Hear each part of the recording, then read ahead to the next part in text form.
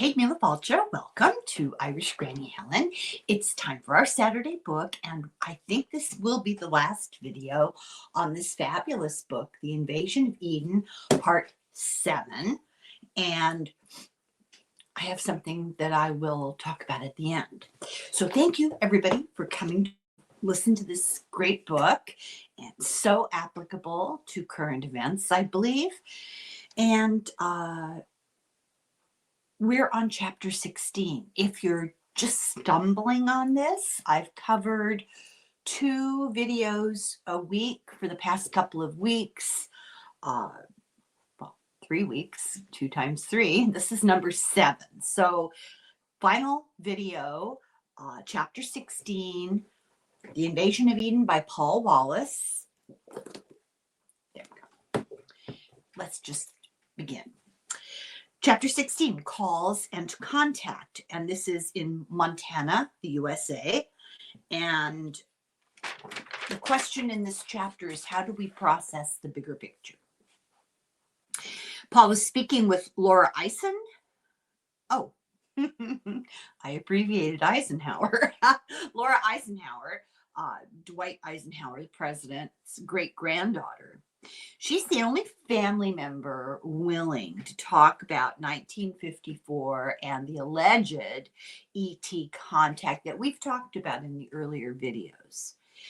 She agrees there was covert military intelligence, even before that, about UFO ETs with Truman. He feels that he could freely share his opinions, his beliefs about an ET presence and paleocontact. She was very much like Edgar Mitchell. She was open-minded, and her grandfather was the same, believe it or not. Well, great-grandfather was the same, willing to talk.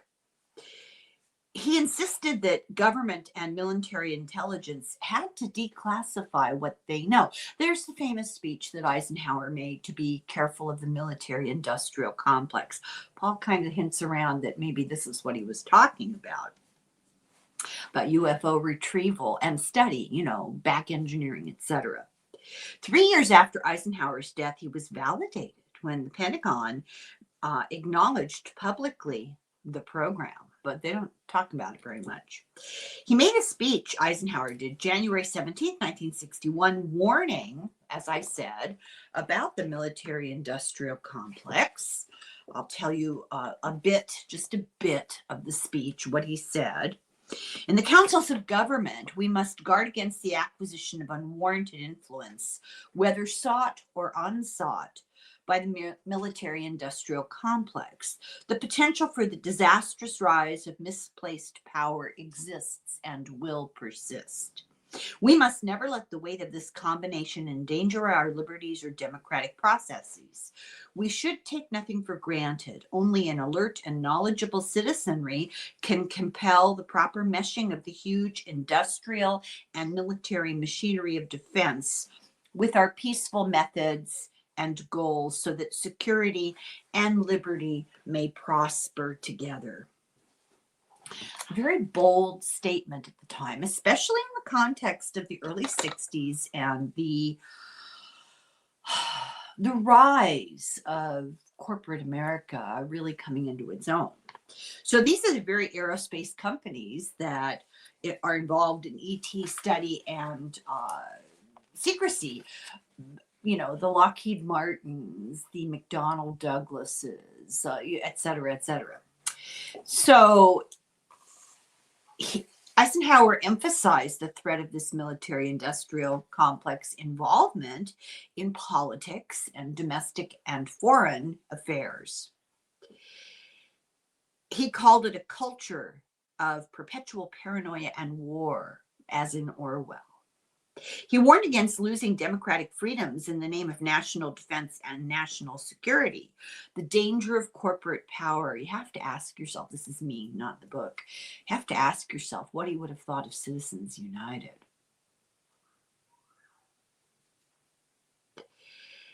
He believed that corporate priorities run counter to our liberties and to the democratic process. He advised us to be alert and knowledgeable as a citizenry, to dig deep and to not be credulous. I fear we didn't listen well enough. Just saying. Every gun that is made, every warship launched, every rocket fired. Oh my God, I feel like this is a message. Today, I'm recording this on Thursday because I have to work the next couple of days. And this morning in the news, the whole issue of Iran, Israel is up in the air, almost literally. Listen to this little tidbit from Eisenhower, and I'm astounded, the synchronicity of it. Every gun that is made, every warship launched, every rocket fired signifies, in the final sense, of theft from those who hunger and are not fed, from those who are cold and are not clothed. This world in arms is not spending money alone. It is spending the sweat of its laborers, the genius of its scientists, the hopes of its children. The cost of one modern heavy bomber is this: a modern brick school in more than 30 cities. It is 2 electric power plants, each serving a town of 60,000. It's 2 fine, fully equipped hospitals. It's some 50 miles of concrete highway. We pay for a single fighter plane with 500,000 bushels of wheat. We pay for a single destroyer with new homes that could have housed more than 8,000 people. This, I repeat, is the way of life to be found on the road the world has been taking. This is not the way of life at all, in any true sense. And keep in mind these numbers, 1953, 1954, I imagine they're slightly more daunting. In another setting, Eisenhower stated what he believed ought to be the proper goal of the military-industrial complex, along with every other human community and institution. He said, quote, "We do not keep security establishments merely to defend property or territory or rights abroad or at sea. We keep the security forces to defend a way of life." Eisenhower feared the centralization of power and wealth and moving away from care. He worried about abandoning government's responsibility to the people. He feared a cultural shift away from values that centered humanity. I'm getting chills because I feel like this is a direct message right now. Laura, his great-granddaughter, urges us to seek harmony, use our intuition. She encourages the nurture of farsight, empathy, telepathy, ascension, healing.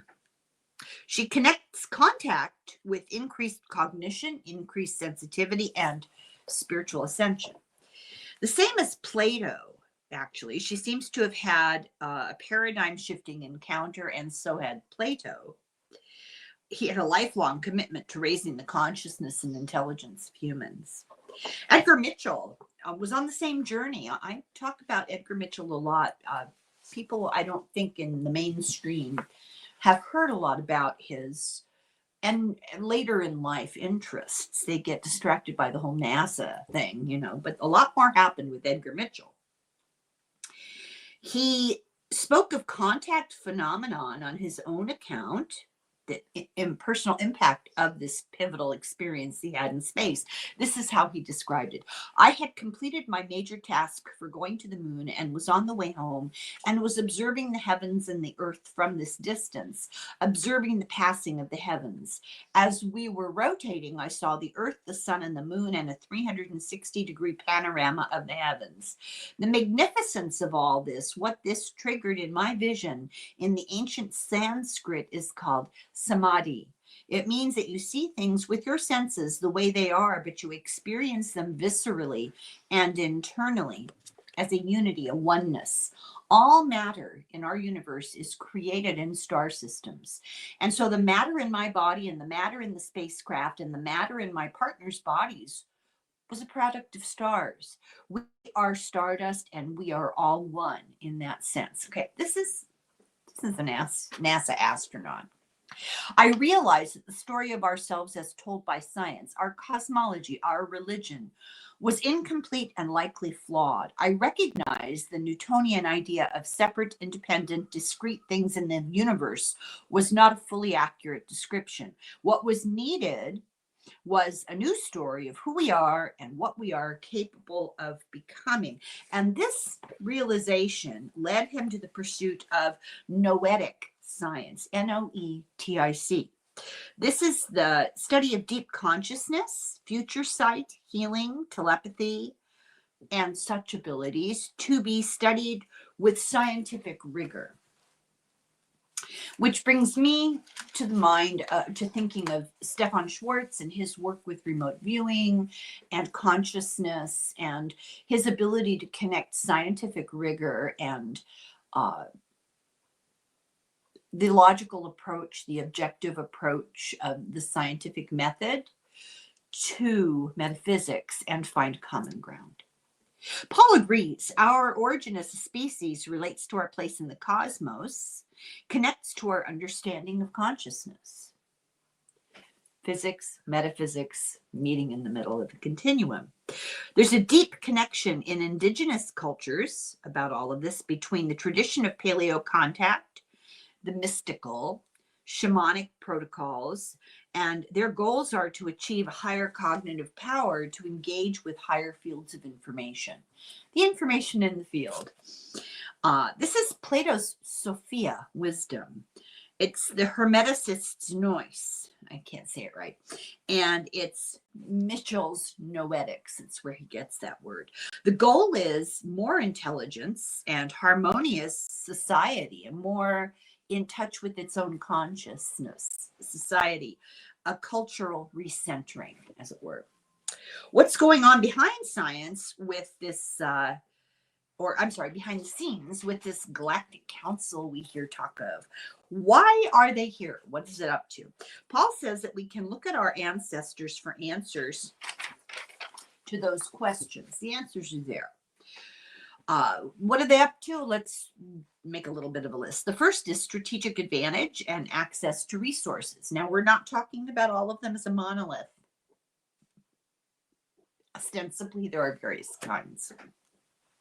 For example, in Genesis, humans were first placed close to key mineral deposits, especially gold, and put to work. Doing what? I mean, what was here to work upon other than mining gold resources? In Africa, they found ancient gold mines that were at least, check this out, 200,000 years old. If our ancestors then couldn't farm and didn't really have cities, who built gold mines and why? Gold mines may have been a secondary benefit or a strategic location for control of the geopolitical environment. We don't know, but it seems significant that this juxtaposition. Sumerian stories claim the ET's goal was domination of this area of the galaxy. And once again, resources are a nice secondary bonus, Paul says. Well, okay, that's one potential. Another purpose potentially is the exploitation of genetic material. In Genesis, in Sumerian cuneiform, and other ancient sources, they claim the ETs were attracted to the beauty of humanity. However, they all also say that the resulting hybridization was a breach of exopolitical accords. So this is interesting. There had been an ethic of non-interference, and that was breached.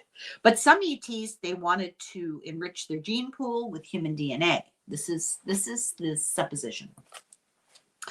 Were we more robust than they? Was it our compassion? Were they hoping to maybe garner the ability for heightened emotion? Was it our imagination, creativity? Was it our combination of strength and emotion and intelligence? We just don't know. Or were they hoping to create descendants better adapted to life on Earth? The third speculation is the nurture of humanity. This is the one we all hope is true. Plato claims this. This is what his opinion was, that ETs upgraded our. Now, Plato didn't use the word extraterrestrial ET. He talked about beings from the stars. They upgraded our consciousness, our curiosity, and our intelligence to make us more creative and technologically capable. He believed in panspermia. So did is it James Crick of Watson and Crick, the DNA, the discoverers of the double helix. He believes in panspermia also. Or I'm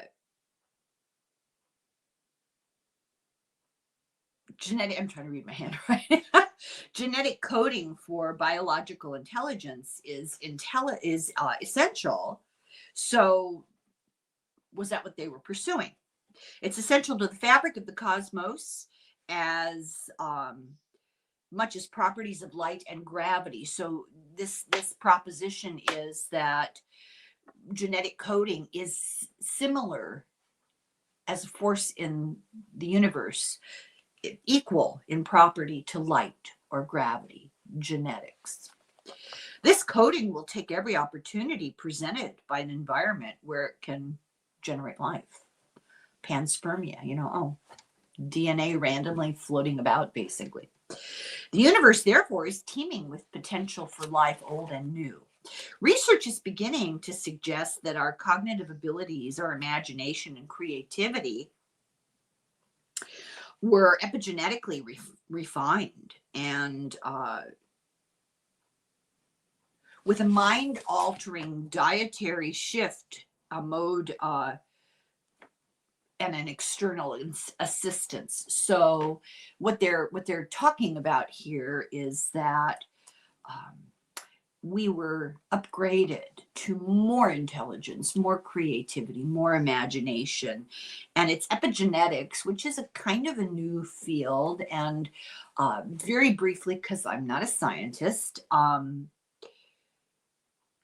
past can be inheritable. It can be handed down. Past experience, past trauma, past traits, not just your hair color, but more ephemeral things like trauma, emotion, memory. And the suggestion in the book, and YouTube, I'm not giving scientific advice, we're just speculating philosophically here, but in Paul's writing, he said that perhaps this is what they meant by the fruit of the tree of knowledge. It's echoed in many cultural stories globally. Ancient ones who came, taught our ancestors, taught them about plants and foods and medicine for higher consciousness specifically. This is told about in Gilgamesh. Plato actually practiced this himself with fermented tea, similar to ayahuasca, and it was intended to make contact with ancient cosmic tutors. So, Plato was going on a vision quest of his own, which is just fascinating. I tend to think of these dry philosophers from the past. There was a lot going on there. Dogon, the Dogon of Mali. Now, these are interesting. I'm going to have to do a video on these peoples because they are fascinating. They had ancient helpers from Sirius, they say.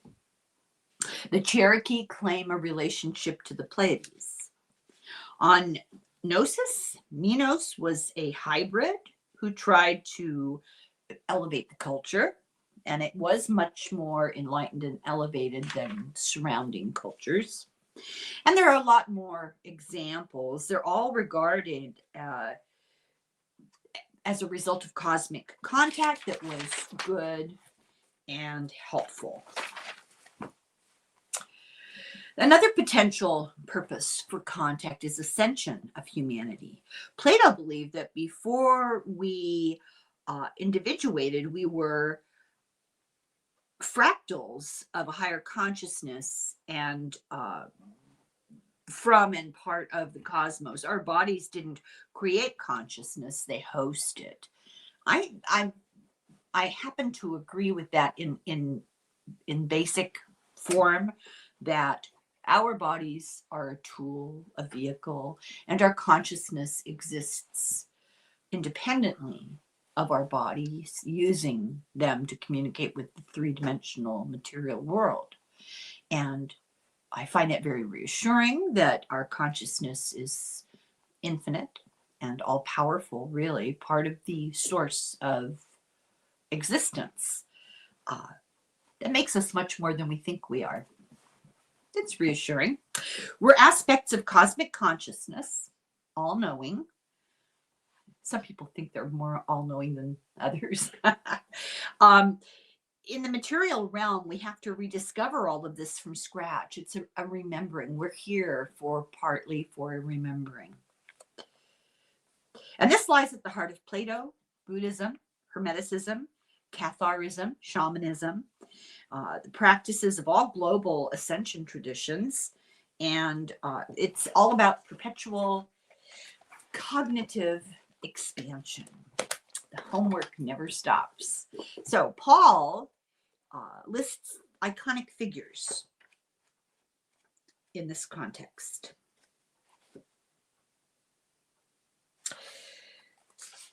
Great luminaries through the ages: Jesus, Hermes, Buddha, the Yellow Emperor, Pythagoras, Ficino, Da Vinci, Giordano Bruno, Adam, Eve, Isaac, John the Baptist, Jesus in both Jewish and Christian stories, Krishna, Buddha, Lao Tzu of Taoism, Zoroaster, Pythagoras, Leonardo da Vinci. I mean, he just goes on and talk and name all these people who were ascended masters, basically.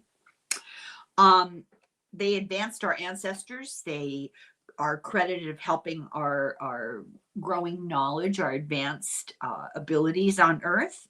And this came from the stars. And here's a list of some of the things that suddenly exploded as abilities for humans: food science, textiles, agricultural science, fire, material science, land science, writing, mathematics, civil engineering, civic administration, cosmology, and higher ways of being. All gifts for humanity from a benevolent, non-human visitors. Ancient ET contact, therefore, in this speculation, represents progress and is beneficial. And it's a reason to have hope about the current ongoing contact. I think I just keep in mind that if there are these beings, which, just playing devil's advocate, if there are those beings and they have the ability to be here and to contact us, we could be dead if they wanted it. So perhaps they're not interested in that. Perhaps there's more going on. He speculates that one purpose might be the support of human beings. Anomalous helpers, angels. The true meaning of the word angel is not messenger. It's more helper. Most origin stories describe a parent-child, ET-human relationship dynamic. Many angel stories mirror ancestral description of visitors from the Pleiades. But there's an apparent benevolence of most of them. I don't know if I would say all, but most of them. It's often the foundation of shamanic traditions and protocols, and it can be they can be contacted for continued support. I think many of us are going down that track. This mystical aspect has been true from the origin, and it was believed by the first Christians. Just for anybody who is more of a traditional thinker, these beliefs were inherent in early Christianity. Chapter 17, Home and Away. He's back. He's in Boulder, Colorado. And he feels as safe at home in the mountains as he did in the Tyrol. And that reminds him of the feeling he had in Bath in England, which felt like home. And I remember he's from Australia. He notes public displays of historical photos in the city of Boulder, and it reminds him of all the ancient public stories and drawings that mark important moments and places.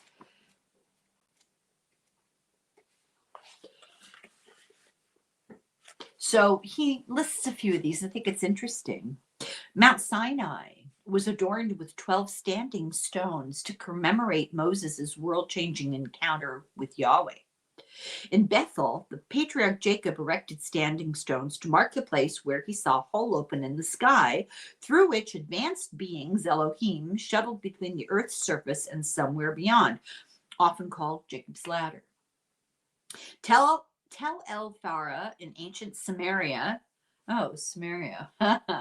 You know who's been talking about Samaria, don't you? Mike Huckabee, our ambassador to Israel, who's still stuck in the Old Testament. It housed not only standing stones to denote a place of contact, but also a carved nous identifying the visitor who made contact in that place and pointing to where it was that she had arrived from. The symbology of palm trees, bread cakes, a crescent moon, and a cluster of stars tells us that the visitor was Asherah, and her place of embarkation, the constellation Pleiades.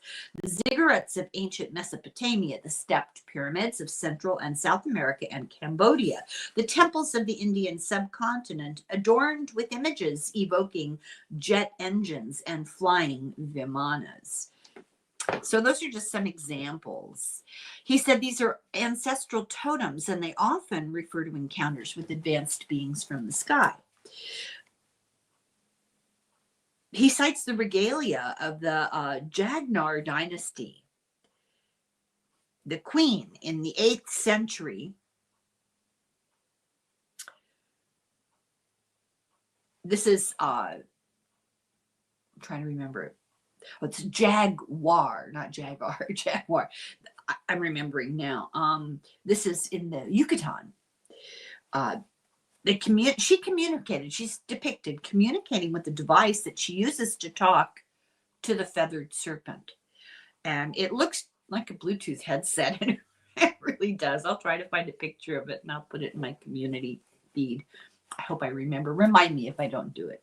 However, the story has it that the ability to use this tool was relegated to the past. They had forgotten. The people resorted to a ceremony to recreate an altered state of consciousness needed for this remote contact with non-human rulers of their ancestors in the deep past. So they're creating ceremonies in the hopes of reconnecting with this ancient memory of these tools that actually did connect technologically. It's almost like a cargo cult, he said, and these are the planes that crashed and the indigenous people who had no contact with Western civilization worshipped the planes as gods. They had cargo in them that they took to be gifts from the sky. It's an attempt to replicate something that they didn't really know, like the program and reverse engineering. That's exactly what the government is doing right now, and they admit it. The Book of Enoch describes an almost cultural exchange with clothes, adornments, and makeup between earth people and the sky. The Kef Kalisa box that he talks about that he found, well, that they didn't find, but they're, looking at, just depicts Haldi, this individual from the myths, holding a pine cone, and the pine cone is traditionally in ancient cultures symbolic of the pineal gland. And this is about higher consciousness. Does Haldi's upgrade take us to a fundamental shift, an upgrade in levels of consciousness? Is that what this artwork is telling us? To increase our ability to engage with powers and principles of the cosmos, and therefore a deeper realm of knowing. Is that what this is, the message of this relief? It's an engraving in stone. If this happened with paleocontact, This might mean that we may be able to expect future or present ET contact. It might offer the same potential upgrades. The military-industrial complex is biased. I mean, let's face it. What did they go after? What are the trillions and trillions of dollars for? Elevated consciousness or more weapons? Might there be other opportunities offered to us to advance, to ascend? What about the broader spectrum of advances that contact with an advanced civilization might have to offer? It's an age of pandemics, autoimmune dysfunctions, and adverse reactions. And in this time, a little further support in medical science would not go amiss. Well, there's an understatement. With the crisis of Greenland's melting ice sheets only accelerating, another helping hand in ecological recovery would certainly be timely. Help with a polarized world. Help with our xenophobia, help with ending wars and geopolitical upheaval. And then, we need the help. Shouldn't Congress consider the potential for positive engagement to increase our understanding and our ability to live peacefully and sustainably? So Paul is once again with his friend Matthew LaCroix, and they've made some really interesting videos on the fifth kind on TV, on YouTube. They're catching up on their work in Armenia, which was where this box that we started out talking about at the beginning of the book. Matt wants to push timelines even farther back. The more that's discovered, the older we get. Paul felt the mountain area connected with him on a personal level.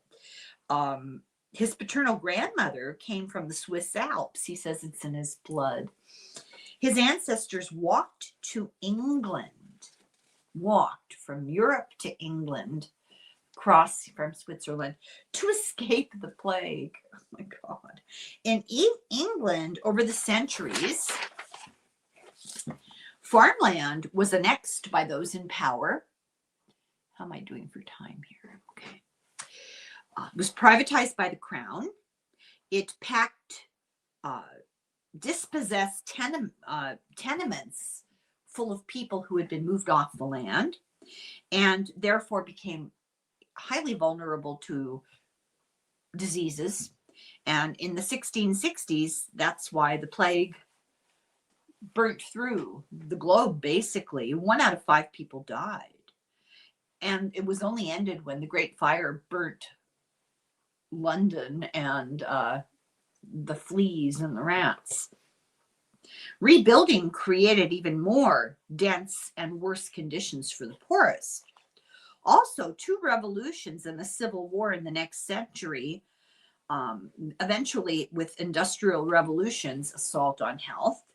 It's not a great scenario. It all led to strict curfews, maximum profit, depression of wages, economic growth calculated, the impoverishment of the labor force. So does this sound familiar? We're talking about the advantage of the few, the enrichment of the few on the backs of the many, of the poorest. And that's the currency was devalued. He said from 1800 to 2023, and I wrote in the margins, shock. So I don't remember what I wrote. Let's see. The British pound the British pound lost 99.032% of its value. Let me say those numbers again. Between 1800 and 2023, the British pound lost 99.032% of its value. Paul's ancestor story is the same as Cam's ancestor story. Draconian patterns of moving people off the land, forcing them to work for money that's created by the oppressors, then devaluing the money, which creates a managed and controlled population. Anybody hear something familiar here? And in the 20th century, with 2 world wars, 4 decades of depression, and 2 decades of wartime privations, that's the direction we're going. Cam and his ancestors had the same story, but we're all descended from ancestors who survived. It's in our genetics, in our blood to adapt and thrive. That's what we've got going for us. And he believes that what Chaim Eshed, the Israeli brigadier general, has said, present contact and collaboration. There are conversations with advanced neighbors, and it's true. And the exopolitical diplomacy stakes are high. We need to tap into our highest emotional intelligence, especially in this modern council of powers. We need to bring together all our best creative minds. And I won't tell you what I wrote in the margins, but it was an expletive, an expression of despair, given who our best minds are right now in charge of things. He feels that his walk in the mountain let nature pull him out of his funk that he was in and inspire a more elevated way of life. And it makes he makes an inner commitment to be in nature an hour a day. This Colorado mountains really spoke to him. He feels full circle with his ancestors. He says his DNA was responding. He believes that people had help, his ancestors had help. He says we're full of resourcefulness, nurture, and ascension. And how will we respond to future revelations? Chapter 18 and our conclusion. Leaning forward, location classified. Paul imagines a real-life version of a scene from Haldy's basalt box that began our journey through this book. He doubts that these ancient rock etchings were intended only as warnings against invasions or advice to launch a missile. He says it's obviously an attempt to preserve a remarkable scene, not to be forgotten. It's to preserve our memory for future generations. Like our ancient global narratives, the story of our origins persevered. We insist on turning a deaf ear. It's sad. That's me. Paul points to this as the reason that we need to put modern ET presence in this larger context, the context of oral traditions, ancient archaeological messages, and ancient texts. We must not dismiss them. We can't let Congress and its battle with the Pentagon, the distrust, the resentments, the power struggles define our understanding of paleo and present contact. And whatever I'm going to read here, I wrote a little note to myself. This is very important. So, of course, I don't remember what I wrote. So here we go. He said, we can't allow the energy of mutual distrust and indignation between members of Congress and the Pentagon to define how we frame the miracle of contact with other civilizations. We will only injure ourselves if we decide to engage with interstellar visitors on the assumption that any advanced visitor we can't shoot down must therefore be hostile. Yeah, that is very important, actually. I love his way with words.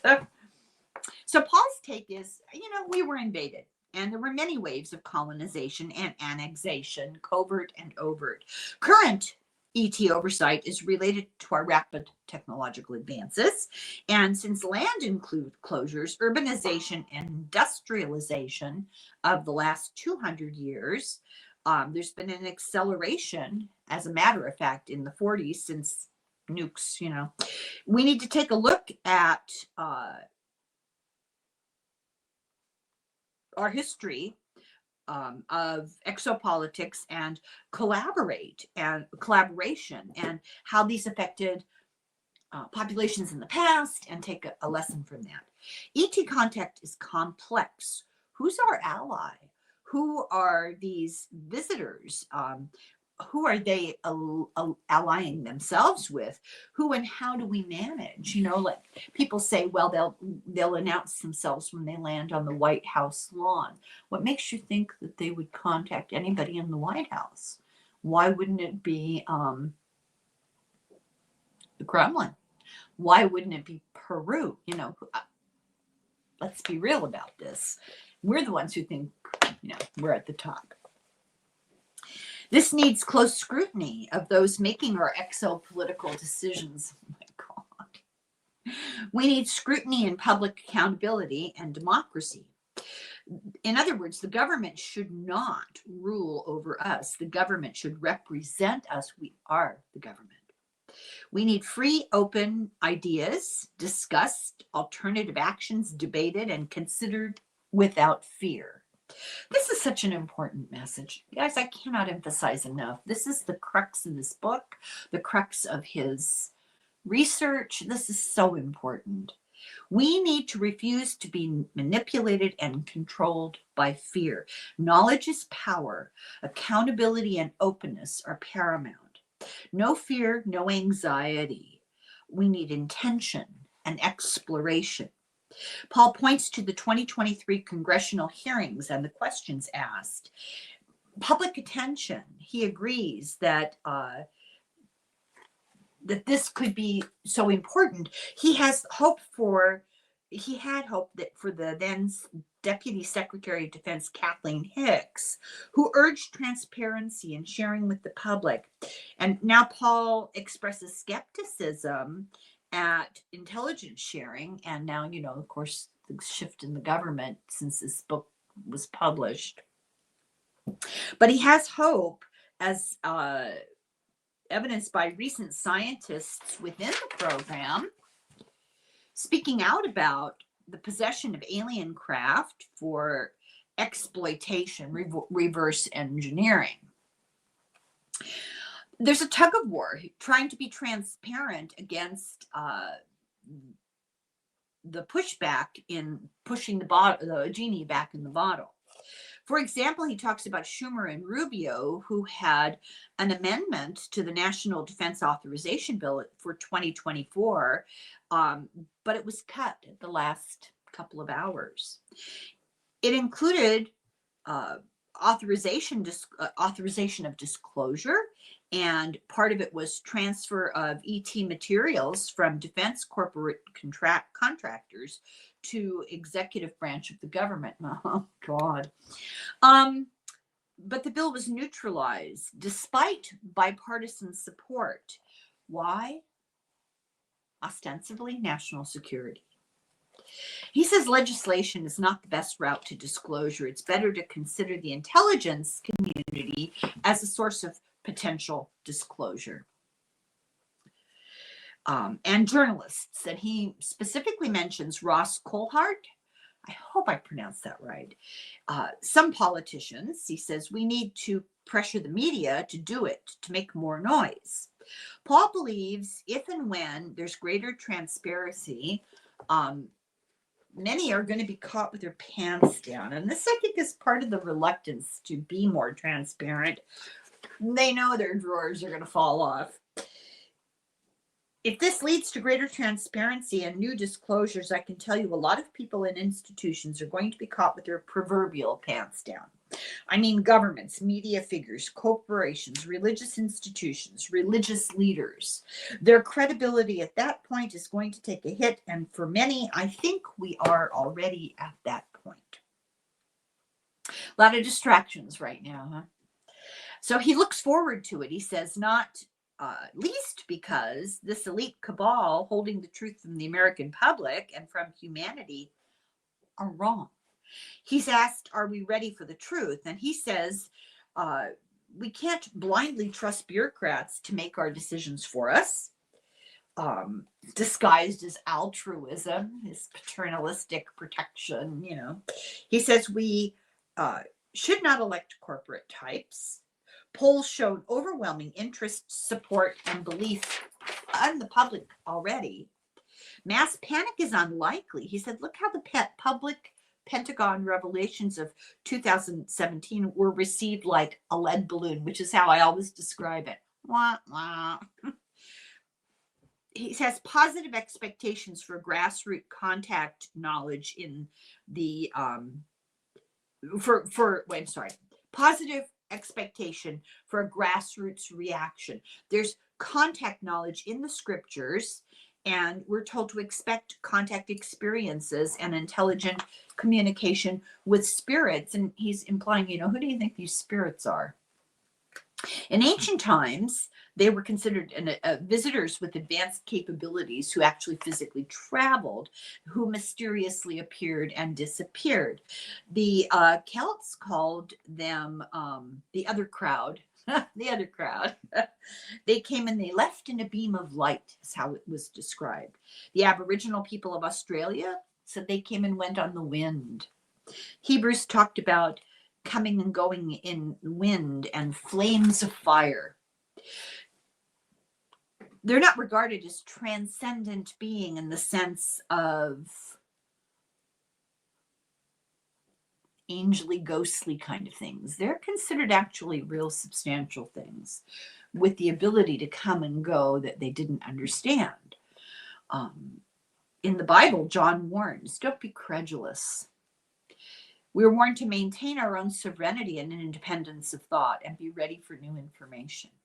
Paul has religious friends who warn, make ETs go by confronting, make them disappear, make them go away. You see an ET, get rid of them by confronting them with a cross held up in the name of Jesus.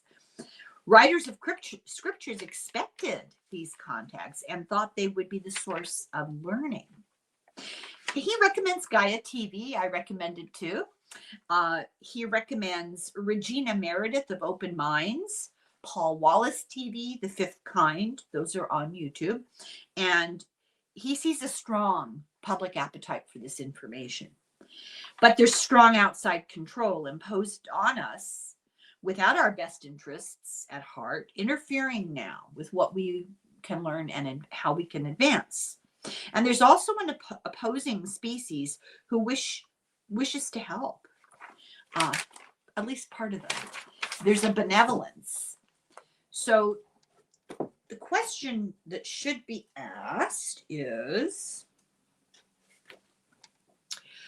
who are we doing business with? Who are our allies? And are we engaging their best support? Do the factions involved in our covert collaborations have the best interests of humanity at heart?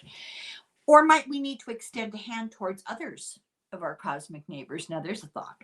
Humans are unique. We have a species with a physical, dense body able to demonstrate the attributes of love and harmony and sustainability.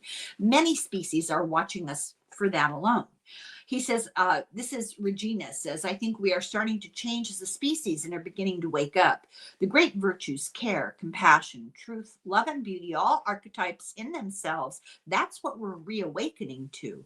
With those, we can throw off chains that have bound us for thousands of years. When we learn to develop wisdom and develop our care for one another and for this beautiful, intelligent planet we live in, when we learn to be wise and mature and live in harmony, and when this drops down into our hearts and into the way our minds actually work, this will be the Holy Grail. We need confidence in the veracity of our ancestors from prior times. Past traditional narratives reveal possible future for us. We need to learn from the past, is what he's saying. He believes we're in the cusp of an existential shift, and we need to master space-time and then be ready for spacefaring. And this will improve our relationship with the cosmos. Therefore, we need aerospace corporations to succeed, but we also need transparency. The Pentagon's decision to privatize research is not good because it incentivizes secrecy, because they're always trying to make money, and they're competing with each other. They're not releasing information because of the profit motive, and it's counter to our desire for disclosure. The story doesn't have to end this way. It needs people like you and me, citizens, journalists, broadcasters, political leaders, to shine all our democratic scrutiny on the program and its gatekeepers, and make the issue of public accountability part of mainstream conversation. Ultimately, every one of us is a stakeholder in the program's success or failure. You, me, every human being on the planet. Now is the time for us to push together and push past this vital tipping point in the story of humanity. It can be overwhelming, it can be intimidating, He highlights the message of paleocontact in these valuable books, and it's very incredible timing, in my opinion. He says it's good timing. I think it's synchronistic, fortuitous, unbelievable timing. And he sees his journey as a long one. He has courage. He's facing new and grueling expedition in his next book, on to Mesopotamia, Anatolia, and the past. And that is the end of this wonderful book.